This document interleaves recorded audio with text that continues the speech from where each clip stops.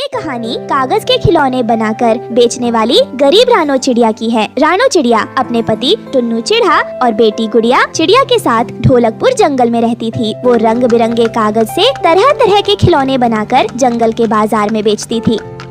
लो भाई, आ गई रानो कागज के खिलौने वाली। कागज की नाव, कागज का सिपहिया, कागज का घर, कागज के फूल, जो अच्छा लगे खरीद लो। रानो आंटी, ये कागज की फिरकी और नाव कितने की है? ना कम ना ज्यादा सब मिला के 50-50 रुपया है, कहो तो दूं? हाँ दे दो रानो आंटी, पूरे जंगल में भी तेरे जैसे कागज के खिलौने कहीं नहीं मिलेंगे।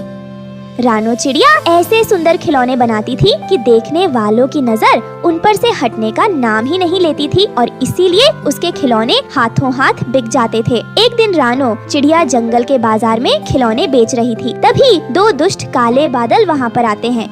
ए चिड़िया, तुझे कितनी बार बोला है कि यहाँ पर अपने ये कागज के खिलौने मत बेचा कर, पर तू है कि मानती ही नहीं है। तेरी वजह से पता है हमें कितनी परेशानी झेलनी पड़ रही है। हम जब भी यहाँ बारिश करने आते हैं तो तू कोई न कोई बहाना करके हमें टाल देती है, लेकिन अब और नहीं। बादल भैया, बारिश का कहर मुझ पर ना बरसाओ। आप तो जानते हैं ना, मैं इन्हीं कागज के खिलौने बेचकर अपना घर चला रही हूँ। अगर आपने बारिश कर दी तो मेरे ये सारे कागज के खिलौने खराब हो जाएंगे, इसलिए मुझ पर रहम करो बादल भैया। सुनो रानो चिड़िया, मैं तुम्हें सिर्फ 2 दिन का समय दे रहा हूँ। अगर तुमने ये अपना कागज का काम बंद नहीं किया तो मैं यहाँ पर इतनी बारिश करूँगा कि तुम्हें अपनी नानी याद आ जाएगी। बादल भैया, वैसे भी इस जंगल में बारिश की अभी कोई जरूरत नहीं है, फिर भी आप अपनी खुशी के लिए यहाँ बरसना चाहते हो, ये बिल्कुल गलत है। बस रानो बस, अब और नहीं। तुम नहीं जानती मैं क्या कर सकता हूँ, इसलिए मुझसे पंगा मत लो, वरना इसका तुम्हें बहुत बड़ा हर्जाना चुकाना पड़ेगा। तुम्हारे साथ साथ इस जंगल के पक्षियों को भी भारी नुकसान झेलना पड़ेगा। ये सब बातें बंटी कबूतर सुन लेता है और कालू सेठ के घर जाकर उसे सारी बात बताता है। 2.5 किलो का एक मारू, तू फिक्र मत कर बंटी, मैं उस रानो से बात करता हूँ। वैसे भी उसके पति पर बहुत कर्जा है मेरा, वो मेरी बात नहीं टालेगी। हाँ चल मेरे साथ उसके घर। इतना कहकर कालू सेठ और बंटी कबूतर रानो चिड़िया के घर जाते हैं। अरे सेठ जी, आप 2.5 किलो का एक मारू। सुन रानो, अगर तुझे यहाँ रहना है तो तू ये कागज के खिलौने बनाना छोड़ दे, वरना मैं तेरे घर को आग लगा दूंगा। तेरी वजह से इस जंगल में बारिश नहीं हो पा रही है और इस जंगल से बाहर फिकवा दूंगा। इतना कहकर वो दोनों रानो चिड़िया के घर से चले जाते हैं। वहीं रानो चिड़िया डरने के बजाय उसका विरोध करने पर उतर आती है और अपने पति टुन्नू चिढ़ा से कहती है, हम क्या इसके बाप का खाते हैं जो उसकी धमकी से डरे। मैं ये कागज के खिलौने बनाना बंद नहीं करूँगी। नहीं रानो, मान जाओ तुम, ये कागज के खिलौने बनाना बंद कर दो, वरना हम दुष्ट काले बादल और कालू सेठ का कहर बर्दाश्त नहीं कर पाएंगे। आप चिंता नहीं कीजिए जी, कुछ नहीं कर सकेगा वो सेठ। लाख मना करने पर भी रानो चिड़िया कागज के खिलौने बेचना बंद नहीं करती। जब कालू सेठ को इस बात का पता चलता है तो उसका खून खौल उठता है। वो रानो चिड़िया से दुश्मनी करने लगता है। 2.5 किलो का एक मारू, हमारे मना करने पर भी ना मानी ये रानो। इसके साथ इतना बुरा करूँगा कि इसकी रूह कांप जाएगी। कालू सेठ का एक भला नौकर हरिया तोता रानो चिड़िया को सारी बात बताता है। फिर रानो चिड़िया अपने पति और बेटी को लेकर उस जंगल से नदी पार वाले जंगल आ जाती है। 2.5 किलो का एक मारू, कहाँ गए ये सब? सुनो पक्षियों, आग लगा दो इसके घर में।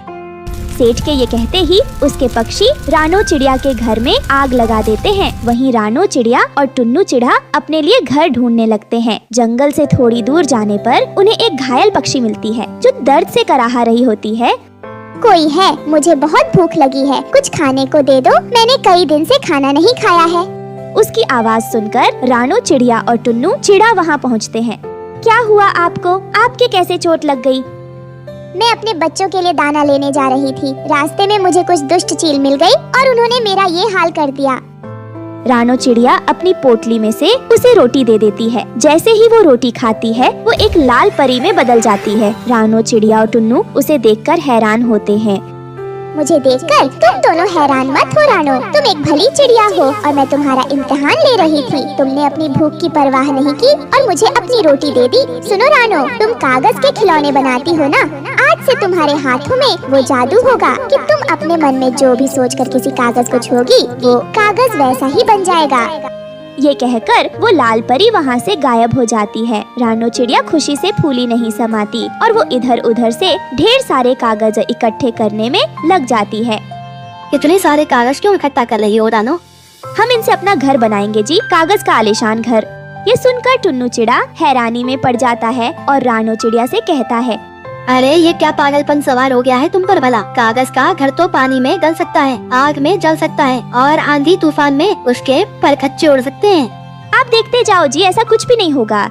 ये कहकर रानो चिड़िया दिन रात कागज का घर बनाने में लगी रहती है और कागज का एक आलीशान घर बना ही लेती है। फिर घर में लगे कागज को छूकर मन ही मन कहती है, ये कागज लोहे से भी मजबूत हो जाए।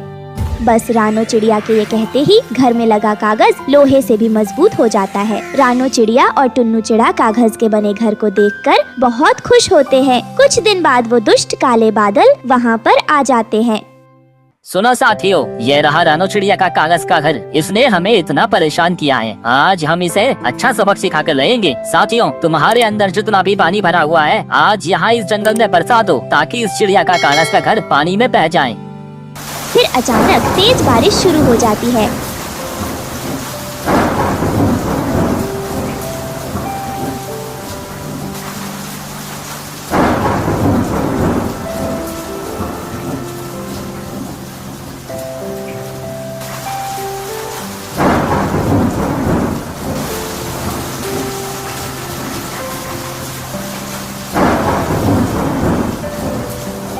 और उसकी वजह से भयंकर बाढ़ आ जाती है। बाढ़ का पानी जंगल के सब घरों में घुस जाता है और जंगल के पक्षी घर छोड़कर इधर उधर भागने लगते हैं। वहीं कालू सेठ की हवेली भी बाढ़ से नहीं बच पाती, लेकिन रानो का कागज का घर का बाल भी बांका नहीं होता। ये सब देखकर दुष्ट काले बादल हैरान हो जाते हैं, मगर वो कर भी क्या सकते थे। रानो चिड़िया का कागज का घर बाढ़ में भी शान से खड़ा रहता है। फिर रानो चिड़िया और टुन्नू चिड़ा अपनी बेटी गुड़िया के साथ कागज के बने घर में खुशी खुशी रहने लगते हैं। मैं अपनी इन छोटी छोटी दोनों बेटियों को लेकर कहाँ जाऊंगी? आप मुझे घर से मत निकालो। वैसे भी इस घर पर मेरा भी तो अधिकार है ना, क्योंकि मैंने भी इस घर को बनाने में आपकी मदद की थी। फिर आप मुझे घर से क्यों निकाल रहे हो?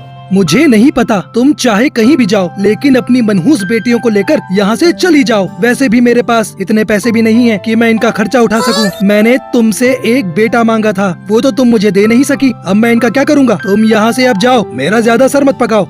फिर उसके बाद रानो चिड़िया रोती हुई अपनी दोनों बेटियों को वहाँ से ले जाती है। तभी अचानक वहाँ का मौसम बदल जाता है और एक तेज तूफान के साथ साथ बारिश भी होने लगती है। ये देखकर रानो चिड़िया बहुत ज्यादा परेशान हो जाती है और वो एक पेड़ के नीचे बैठ जाती है।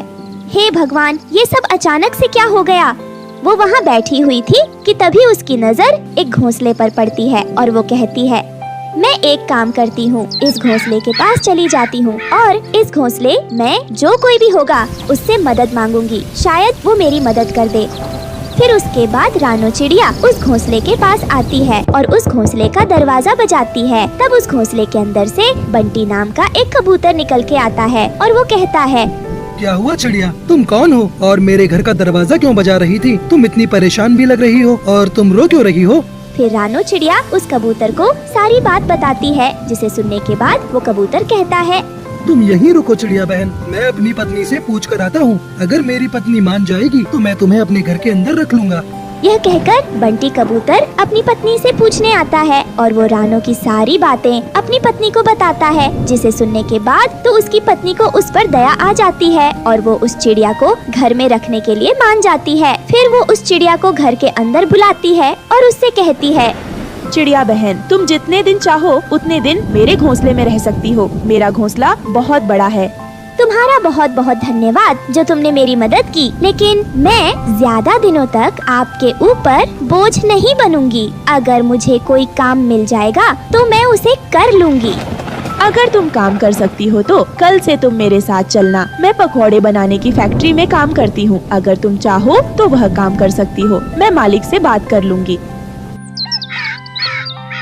उसके बाद अगले दिन से रानो चिड़िया कबूतर की पत्नी बबली कबूतरी के साथ काम पर चली जाती है और बबली कबूतरी काम के लिए अपने मालिक कालू कौवे से बात करती है। फिर वहाँ रानो चिड़िया को काम मिल जाता है और वो वहाँ पकोड़े बनाने का काम करने लगती है। शाम को वो घर आकर अपनी दोनों बेटियों से कहती है, मेरी प्यारी बेटियों, तुम्हारे लिए खुशखबरी है कि मुझे काम मिल गया है और अब मैं जल्दी अपने लिए एक घर खरीद लूंगी और तुम्हारा स्कूल में दाखिला भी करवा दूंगी। कबूतर भैया ने और उनकी पत्नी ने हमारी बहुत मदद की है, इसलिए हम उन पर ज्यादा दिन तक बोझ नहीं बन सकते। तभी ये सब बातें बंटी कबूतर सुन लेता है और रानो चिड़िया से कहता है, रानो बहन, तुम ऐसा सोच भी कैसे सकती हो? भला एक भाई के लिए उसकी बहन बोझ कैसे बन सकती है? इसका मतलब रानो बहन, तुमने मुझे अपना भाई समझा ही नहीं। नहीं नहीं कबूतर भैया, ऐसा कुछ भी नहीं है। आप तो मेरे लिए सगे भाई से भी ज्यादा बढ़कर हो। रानो, अगर ऐसा है तो फिर कभी अपने मुंह से ऐसी बात निकालना भी नहीं, वरना मुझसे बुरा कोई नहीं होगा। चलो, अब तुम्हें नौकरी मिल गई है ना, तो अब तुम अपने हाथ से कुछ बढ़िया सा बनाकर खिला दो। मम्मा, आज आप घास के पकौड़े बनाओ, क्योंकि बहुत दिन हो गए हैं आपने घास के पकौड़े नहीं बनाए हैं। क्या घास के पकौड़े? घास के पकौड़े कैसे होते हैं? मैंने तो आज तक घास के पकौड़े न खाए न देखे। कबूतर अंकल, मेरी मम्मा घास के पकौड़े बहुत ही टेस्टी बनाती है। मम्मा, एक बार इन्हें बनाकर खिलाओ तो जरा। हाँ हाँ रानो बहन, तो चलो आज तुम घास के पकौड़े बनाओ, मैं भी तो खाकर देखूं कि कैसे होते हैं घास के पकौड़े। ठीक है, मैं अभी आपके लिए घास के पकौड़े बना लाती हूँ। फिर कुछ ही देर में रानो चिड़िया घास के पकौड़े बना लाती है। तब सभी घास के पकौड़े बड़े चाव से खाते हैं। तभी खाने के बाद कबूतर कहता है, वाह रानो बहन, सच में तुम्हारे ये घास के पकौड़े तो बहुत टेस्टी हैं। मजा आ गया इन्हें खाकर तो। कबूतर अंकल, मम्मा के हाथों के बने घास के पकोड़े होते बहुत टेस्टी हैं, इसीलिए तो हमें बहुत पसंद आते हैं। रानो बहन, तुम तो बेकार में किसी दूसरे के यहाँ काम करने जा रही हो। मैं तो कहता हूँ कि तुम खुद की ही इसी घास के पकौड़े की दुकान खोल लो, तुम्हारी दुकान खूब चलेगी। नहीं नहीं कबूतर भाई, मुझे काम मिल गया है ना, तो मैं उसी में खुश हूँ। मैंने तो कभी इसके बारे में सोचा ही नहीं था।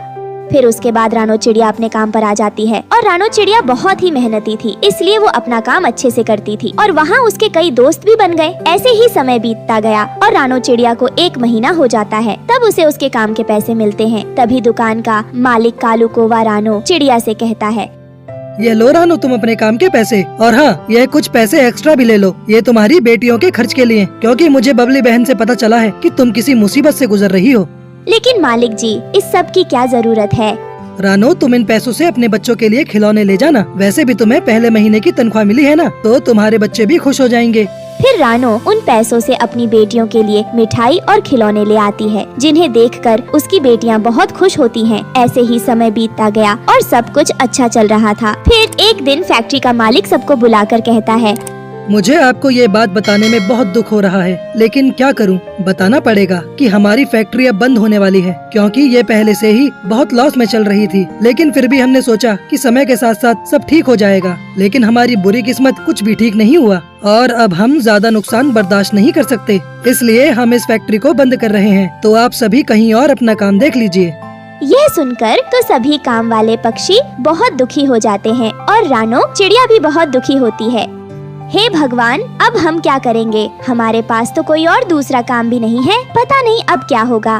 फिर रानो चिड़िया और भी जगह काम ढूंढना शुरू कर देती है। वो कई पक्षियों के पास काम मांगने जाती है, लेकिन उसे कहीं भी काम नहीं मिलता और ऐसे ही 1 हफ्ता बीत जाता है। अब रानो चिड़िया बहुत ज्यादा उदास रहने लगी थी। तब बंटी कबूतर उससे कहता है, क्या हुआ रानो बहन, तुम इतनी उदास क्यों हो? क्या तुम्हें आज भी काम नहीं मिला?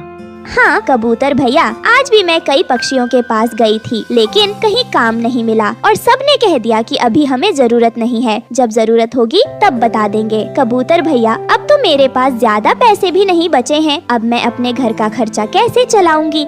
बहन, मैं तो तुमसे पहले ही कह चुका हूँ कि तुम अपने घास के पकौड़े बेचना शुरू कर दो। तुम्हारे पकौड़े इतने टेस्टी हैं कि सब पक्षी खूब खाएंगे और तुम उसके साथ साथ हरी पुदीने की चटनी और चाय भी देना। सब पक्षी तुम्हारी तरफ खिंचे चले आएंगे और उसमें मैं भी तुम्हारी मदद कर दिया करूँगा। तुम एक कदम आगे तो बढ़ाओ। लेकिन कबूतर भाई, मेरे पास इतने पैसे भी तो नहीं है कि मैं एक ठेला लेकर पकौड़े बेच सकूं। रानो, तुम पैसों की चिंता मत करो, पैसे तुम मुझसे ले लेना। नहीं कबूतर भैया, आपने मेरी पहले बहुत मदद की है, अब मैं आप पर और बोझ नहीं बनना चाहती। आपने मुझे काम भी दिलवाया और रहने के लिए घर भी दिया, बस इतना ही काफी है मेरे लिए। कोई बात नहीं रानो, तुम पैसे सोच समझ कर ले लो। जब तुम्हारे पास पैसे आ जाएं, तब मुझे वापस कर देना। रानो चिड़िया बंटी कबूतर की बात मान जाती है और अपने पकोड़ों का ठेला लगाना शुरू कर देती है और पकोड़े के साथ साथ हरी पुदीने की चटनी और चाय भी देती है। लेकिन पहले दिन तो रानो की दुकान पर कोई नहीं आता। यह देखकर रानो परेशान हो जाती है। देखा कबूतर भैया, मैंने आपसे कहा था ना कि यह काम नहीं चलेगा। रानो बहन, पहले तुम इंतजार करो, अभी तो शुरू किया है काम, सब ठीक हो जाएगा।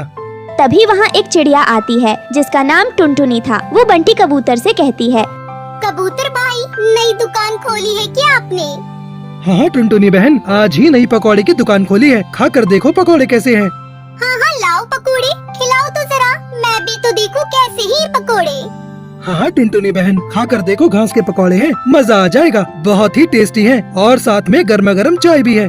फिर टुनटुनी चिड़िया घास के पकौड़े खाती है और साथ में चाय भी पीती है। टुनटुनी चिड़िया को वो पकौड़े बहुत अच्छे लगते हैं। फिर वो बंटी कबूतर से कहती है, अरे वाह कबूतर भाई, ये पकोड़े तो बहुत ही टेस्टी है। ये घास के पकोड़े तो मैंने पहली बार खाए हैं। इसी बात पर तो मुझे एक और प्लेट दे दो। फिर टुनटुनी चिड़िया और पकौड़े खाती है और वो जंगल में जाकर सभी पक्षियों को घास के पकौड़े के बारे में बताती है और रानो चिड़िया की खूब तारीफ करती है। फिर क्या था, सभी पक्षी रानो चिड़िया की दुकान पर घास के पकौड़े खाने आते हैं। उसके बाद रानो चिड़िया की बहुत अच्छी कमाई होने लगती है और वो इतने सारे पैसे देखकर बहुत खुश होती है। फिर रानो चिड़िया अपने लिए एक घर खरीद लेती है जिसमें वो अपनी दोनों बेटियों के साथ खुशी खुशी रहने लगती है। ये कहानी एक सुंदरपुर जंगल की है जहाँ बरसात का मौसम चल रहा था। हर तरफ काले बादल छाए हुए थे। वहीं पेड़ पर बैठी हुई रानो चिड़िया बहुत घबराई हुई थी क्योंकि उसे अनाज खोजने बाहर भी जाना था। आसमान में काले बादल छाए हुए हैं। मुझे भोजन की तलाश में बाहर जाना है। ऐसा करती हूँ, जल्दी से जाती हूँ और कुछ अनाज लेकर घर वापस आ जाती हूँ। ऐसा सोचकर रानो चिड़िया वहाँ से निकल जाती है। भोजन की तलाश में वो बहुत दूर निकल जाती है। दूर जाने पर उसे कुछ अनाज दिखाई देता है तो वो फौरन उस अनाज के पास जाती है। जैसे ही वो अनाज उठाती है तभी अचानक से बारिश शुरू हो जाती है। अरे ये क्या, आज तो मेरी किस्मत बहुत खराब है। अब तो बहुत ही तेज बारिश हो रही है और मैं घर भी वापस नहीं जा सकती। अब मैं क्या करूँ? वो ऐसा सोच ही रही थी कि उसे सामने पेड़ पर एक घर दिखाई देता है। वो फौरन से उसे घर के पास आती है और दरवाजे पर दस्तक देती है। अरे कोई है तो मेरी मदद करो, मैं बारिश में भीग रही हूँ, दरवाजा खोलो, बाहर बहुत तेज बारिश हो रही है। तभी उसकी आवाज सुनकर बाहर बबली कबूतरी आती है। वो घर बबली कबूतरी का था। अरे बहन, अनाज की तलाश में मैं बहुत दूर निकाल आई हूँ। अब मैं घर वापस नहीं जा सकती। बारिश भी बहुत तेज है। मुझे अपने घर में रहने के लिए थोड़ी सी जगह दे दे। जैसे ही बारिश रुक जाएगी मैं वापस चली जाऊंगी बहन। अरे बहन, मेरे पति भी बाहर गए हुए हैं। ऐसे मौसम में पता नहीं वो कहाँ चले गए हैं। अभी तक लौट कर नहीं आए। मुझे तो उनकी बहुत फिक्र हो रही है। बहन, आप अंदर आ जाइए। ऐसा कहते हुए वो रानो चिड़िया को घर के अंदर ले जाती है। बहन, मैंने इनको कहा भी था कि बरसात शुरू होने वाली है, अभी बाहर ना जाएं, लेकिन इन्होंने मेरी एक बात ना सुनी। अब देखिए ना कितनी बारिश हो रही है और मुझे उनकी बहुत ज्यादा फिक्र हो रही है। बहन, आप फिक्र ना करें। जैसे आपने मेरी मदद की है, हो सकता है किसी और पक्षी ने भी उनकी मदद कर दी हो। आप मेरे अनाज में से कुछ खा लो। नहीं नहीं बहन, मैं अभी खाना नहीं खा सकती जब तक मेरे पति घर नहीं आ जाते। मुझे कुछ भी अच्छा नहीं लग रहा। दूसरी तरफ बंटी कबूतर अनाज की तलाश में दूर चला जाता है। तभी उसे एक घर दिखाई देता है और वह दरवाजा खटखटाता है। अंदर से गोरी कौवी बाहर आती है। वो बहुत ही लालची थी। बहन, ऐसी बारिश में मैं घर नहीं जा सकता। मुझे अपने घर पर रहने के लिए थोड़ी सी जगह दे दो। जब बारिश बंद होगी तो मैं वापस अपने घर चला जाऊंगा। कबूतर, ये मेरा घर है, कोई अनाथ आश्रम नहीं है। मैं हर किसी को अपने घर में ऐसे तो नहीं रख सकती। हाँ, अगर तुम मुझे इसके बदले में कुछ दे सको तो शायद मेरा इरादा बदल जाए। आपको देने के लिए मेरे पास बस ये थोड़ा सा अनाज है, जिसमें से आधा अनाज आप ले लें और आधा मैं घर ले जाऊंगा। गोरी कौवी आधा भोजन लेकर कबूतर को घर के अंदर आने देती है। फिर वो सारा भोजन खा जाती है, लेकिन उसकी भूख खत्म नहीं होती। कबूतर, मेरा इरादा बदल गया है। तुम मेरे घर से अभी के अभी बाहर निकलो। जैसे ही बारिश रुक जाएगी मैं वापस चला जाऊंगा। कौवी बहन, मेरे घर से अभी के अभी निकल जाओ, नहीं तो बचा हुआ अनाज मुझे दे दो। कबूतर मजबूर होकर उसे बाकी खाना भी दे देता है। थोड़ी ही देर बाद बारिश रुक जाती है। कबूतर, ओ कबूतर, मेरे पेट में बहुत ज्यादा दर्द हो रहा है। मुझे डॉक्टर के पास ले चलो या किसी डॉक्टर को मेरे पास ले आओ। बारिश भी रुक चुकी है। अब मैं आपकी कोई मदद नहीं कर सकता। आपने मेरा सारा भोजन खा लिया है, इस वजह से तुम्हारे पेट में दर्द हो रहा है। ऐसा बोलकर कबूतर वहाँ से वापस अपने घर की ओर निकल जाता है और अपने घर पहुँच जाता है। आप आ गए जी। मैं कितना परेशान हो रही थी। वो मैं बारिश से बचने के लिए गोरी कौवे के घर चला गया। वो लालची कौवी। आपको तो पता होना चाहिए, कौवे बहुत लालची और दुष्ट होते हैं। उनसे तो हम पक्षियों को दूर ही रहना चाहिए। बहन, आप सही कह रही हैं, लेकिन मेरे पास कोई और रास्ता नहीं था। बारिश के कारण मैंने उनसे मदद मांगी, लेकिन उसने बदले में मेरा सारा भोजन ले लिया। कबूतर भाई, आप परेशान ना हो, ये मेरे पास भोजन है, आप इसे ले ले। वैसे भी बबली बहन ने मेरी काफी मदद की है। अगर वो मुझे घर में रुकने की जगह ना देती तो मैं बारिश में भीगकर बीमार पड़ जाती।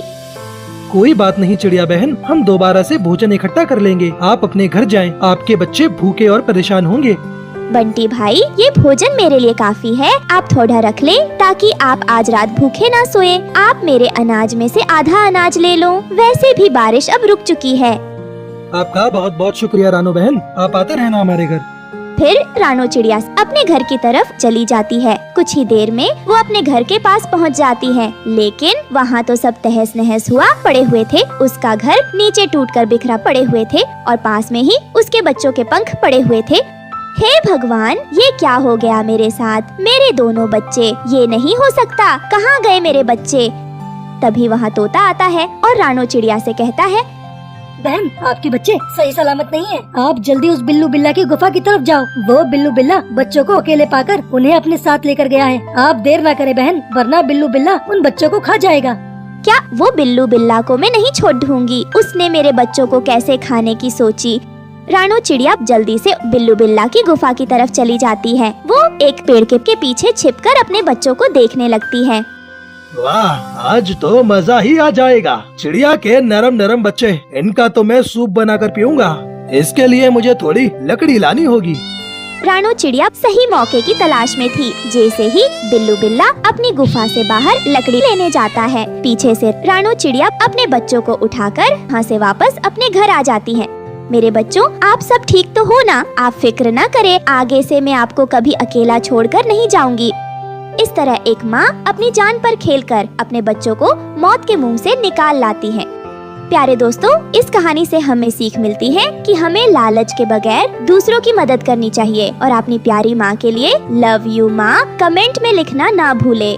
वन के जंगल में रानो चिड़िया अपने 3 बच्चों के साथ रहती थी, जिनका नाम गुड़िया, कुकू और लाली था। रानो चिड़िया के बच्चे जब छोटे थे तब वो आसपास से थोड़ा सा भोजन इकट्ठा कर लेती, जिससे उनका गुजारा हो जाता। पर अब बच्चे बड़े हो रहे थे, उन्हें ज्यादा भोजन की जरूरत थी। फिर एक दिन रानो चिड़िया ने सोचा, मैं सोच रही हूँ क्यों ना मैं लकड़ी का अपना मजबूत घर बना लूँ। वैसे भी बारिश का मौसम आने वाला है और मैं अपने बच्चों को अकेले इस मिट्टी के घर में नहीं छोड़ सकती। अगर मैं लकड़ी का घर बना लूंगी तो मैं अपने बच्चों को उस लकड़ी के घर में छोड़कर आराम से दूर जा सकूंगी और अपने बच्चों के लिए ज्यादा भोजन ला सकूंगी। ऐसा सोचकर रानो चिड़िया अपना एक मजबूत लकड़ी का घर बनाने लगी। तो प्यारे दोस्तों, रानो चिड़िया के लकड़ी का घर बनने से पहले जल्दी से इस चैनल को सब्सक्राइब कर दो और वीडियो को लाइक कर दो।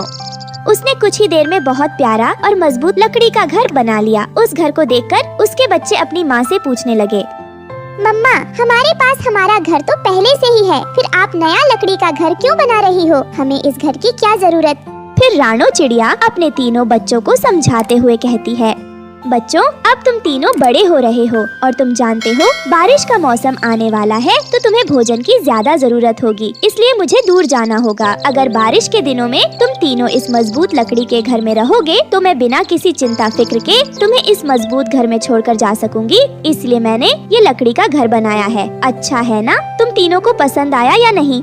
मम्मा, घर तो बहुत अच्छा है, हमें पसंद भी है, लेकिन मम्मा, इस घर में भी तो हम तीनों अकेले होंगे। अगर आपके जाने के बाद हमें किसी शिकारी पक्षी ने खा लिया तो हमारा क्या होगा?